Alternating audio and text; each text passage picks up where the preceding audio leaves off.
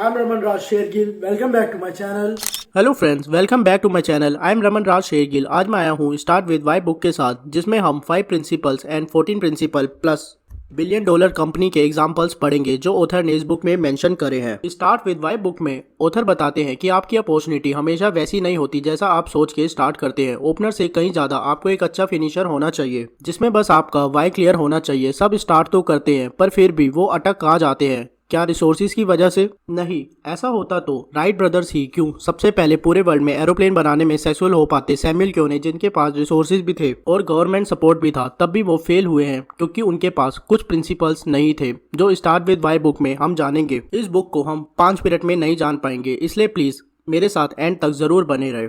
So let's begin. Our first principle is the golden circle. Simon Sinek ने start with why book में golden circle को discover करा है, जिसमें 3 parts हैं। First is start, second is how and third is what, जिसे उन्होंने golden circle बोला है। सिमोन आपको सजेस्ट करते हैं कि आपको सर्कल में इनसाइड से आउटसाइड की तरफ जाना है, पर लोग हमेशा पहले क्या देखते हैं? व्हाट, यानी कि फिर सोचते हैं कैसे, फिर उसके बाद में क्यों हम कर रहे हैं। पर यह टोटली गलत है। जो प्रोफाइल देखने से लोग हमेशा पहले पूछते हैं कि सैलरी क्या है, जिसमें हम आउटसाइड से इनसाइड की तरफ जाते हैं। ऑथर ने यहाँ पर स्टारबक्स का एग्जाम्पल दिया है। स्टारबक्स कोई ऐसी कॉफी नहीं बनाता जिसे हम लोग तरस रहे हो पीने के लिए, पर फिर भी वो $multi बिलियन कंपनी है। और दूसरी बात, स्टारबक्स कोई ऐसी भी कॉफी नहीं बनाता जिसे पूरा वर्ल्ड लाइक करता हो, पर फिर भी वो पूरे वर्ल्ड में है। यहाँ पर स्टारबक्स ने अपने वाई को क्लियर करा, ये पूरे वर्ल्ड को बताकर कि हम फेमस है अपने एटमॉस्फेयर की वजह से, क्योंकि वाई के साथ साथ उनका वर्ड भी क्लियर था कि लोगों को चाहिए क्या, जो है साइलेंट प्लेस मीटिंग के लिए। और उन्होंने हाउ से कंप्लीट करा और वाई की मदद से उस पर कंटिन्यू वर्क करते रहे और उसमें सुधार लाते रहे। और जो कंपनी सिर्फ वर्ड पे काम करती हैं, जैसे कि ओप्पो, वीवो और कुछ मोबाइल कंपनीज, ऐसी कंपनीज को फीचर सेलिंग कहा जाता है, जो सिर्फ फीचर पे ही डिपेंड रहती हैं।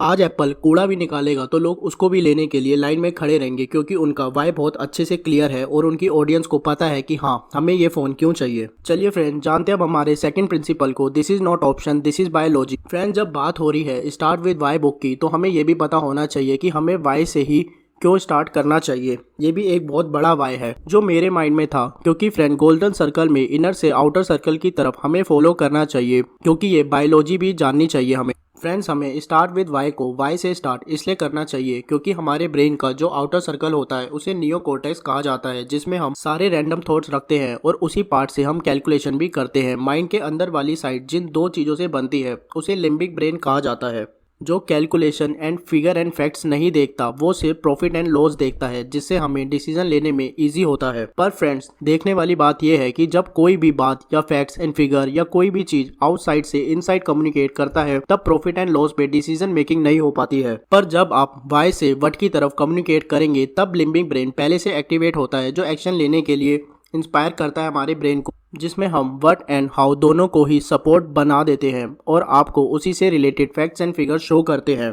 तभी तो कहा जाता है कि जिसके बारे में हम सबसे ज़्यादा सोचते हैं, हम वही बन जाते हैं अक्सर, जिससे आपके डिसीजन हमेशा सही प्रूफ होते हैं। फ्रेंड, प्रिंसिपल 3 इंट्रोड्यूस करने से पहले ऑथर कहते हैं कि जब स्टार्ट विद वाई के साथ हम किसी काम को स्टार्ट करते हैं, तो आपको ये प्रिंसिपल लर्न करना चाहिए, that is inspire other, don't manipulate. इस प्रिंसिपल को लर्न इसलिए करना चाहिए क्योंकि आज एप्पल और हार्ले डेविडसन को लेने वाले लोग उन्हें दूसरे ब्रांड से कंपेयर ही नहीं करते हैं, क्योंकि फ्रेंड्स ये ब्रांड्स लोगों को मैनिपुलेट करने की बजाय आपको इंस्पायर करते हैं परचेज करने के लिए। आज भी लोग सोचते होंगे कि जिस दिन मैं अमीर बनूंगा BMW से नीचे पैर नहीं रखूंगा, और ऐसी कंपनी लॉयल कस्टमर बनाती है। मतलब आप ना चाहकर और प्रॉब्लम में होंगे तब भी आप ऐसी चीज़ों को बाय करेंगे। ऐसी कंपनीज का वाई बहुत क्लियर होता है और दूसरी मोबाइल कंपनी सिर्फ मैनिपुलेट करती है।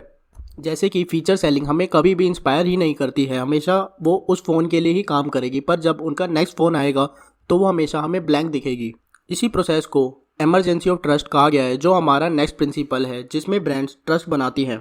चलिए समझते हैं हमारे principle 4 the emergency of trust, जिसमें हम गोल्डन सर्कल को बनाने का फॉर्मूला समझते हैं। चलिए फ्रेंड्स, अब जानते हैं इस फॉर्मूला को क्रिएट करना, जो हमें बताएंगी क्रिएटिव एंड स्टीव जॉब की कंपनी एप्पल, जिसमें हम जानेंगे कि क्रिएटिव कंपनी ने पहले MP3 प्रोड्यूस करा था और एप्पल ने बाद में। पर जब क्रिएटिव कंपनी ने MP3 निकाला था तो उन्होंने निकाला था 5 GB MP3 प्लेयर के नाम से, पर वो मार्केट कैप्चर नहीं कर पाए थे। पर जब स्टीव जॉब की बारी आई तो उन्होंने सीधा सिंपली निकाला 1000 सॉन्ग्स इन योर पॉकेट, जिसमें हमें वाई दिया।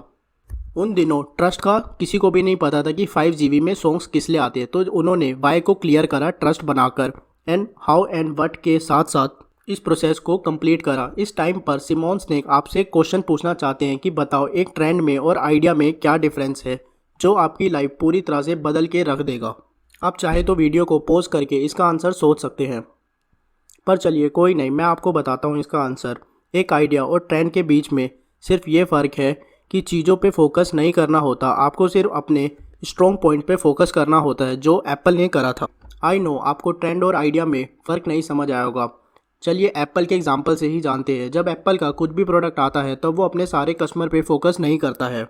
एप्पल उस टाइम पर सिर्फ अर्ली अडेप्टर्स पे ही फोकस करता है जो उनका प्रोडक्ट सिर्फ फर्स्ट 10 डेज में बाय करते हैं, और कुछ कस्टमर उनके मिडल वाले जो होते हैं जो कहीं पर भी शिफ्ट हो सकते हैं। ऐसे कस्टमर्स के लिए एप्पल एक काम करता है, इसमें प्राइस ड्रॉप होना स्टार्ट हो जाते हैं ताकि वो दूसरे कॉम्पिटिटर पे शिफ्ट ना होए। तो ऐसे होल सिनेरियो में एप्पल सिर्फ 15 to 18% पे ही फोकस करते आए हैं, जो कि है उनके अर्ली अडेप्टर, जो दूसरे कस्टमर्स को भी मोटिवेट करते हैं कि आप ये प्रोडक्ट्स खरीदें। जब देश के 15 से 18% लोग लाइन में लगकर उस मोबाइल को लेंगे तो क्यों नहीं दूसरे लोग भी उसे लेना चाहेंगे। इस प्रोसीजर को और इसके आंसर को ऑथर ने टिपिंग पॉइंट टिप्स का नाम दिया है, जिसमें हमें ट्रेंड और आइडियाज़ के बीच का डिफरेंस पता चलता है जो हमारी लाइफ को बदल सकता है। चलिए फ्रेंड्स, अब जानते हैं प्रिंसिपल 5 को, that is excites but charisma inspire. इस लेसन में आप समझेंगे कि हाउ एंड बट के बारे में author Sinek, Ballmer and Bill Gates का एग्जाम्पल देते हैं। Steve Ballmer was energetic motivational speaker जो एनर्जी ट्रांसफ़र करते थे। मतलब जब वो स्टेज पे आते थे तो बहुत ही चिल्ला चिल्ला के बात करते थे, जिसमें उनकी ऑडियंस कुछ टाइम तक मोटिवेट हो जाती थी। पर दूसरी तरफ बिल गेट्स जो माइक्रोसॉफ्ट कंपनी के मालिक हैं, जब वो बोलते थे तब लोग पेन एंड कॉपी लेकर बैठ जाते थे, क्योंकि वो इतने शाई एंड एनर्जेटिक नहीं थे, पर तब भी उनकी बातों को लोग सुनना चाहते थे क्योंकि उनके आइडियाज़ में बहुत कुछ छुपा रहता था, जिससे लोग रियल मोटिवेट होते थे एंड उनके प्रिंसिपल्स को लोग सालों तक याद रखते थे और आज भी यूज़ करते हैं। इसमें फ्रेंड्स सीखने वाली बात यह है कि जब आपको सच पता लगता है कि आप क्या कर रहे हो और किस लिए कर रहे हो, तब मोटिवेशन और इंस्पिरेशन की आपको ज़रूरत ही नहीं होती। जो नाइकी बहुत अच्छे से बात जानता है, नाइकी हमेशा अपनी एडवर्टाइजिंग में कभी कभी अपना शू तक भी शो नहीं करता है। फॉर एग्जाम्पल, आपने कहीं कहीं देखा होगा कि नाइकी सिर्फ जस्ट डू इट के टैगलाइन से ही हमें बताता है कि क्यों उनका प्रोडक्ट सबसे बेटर है।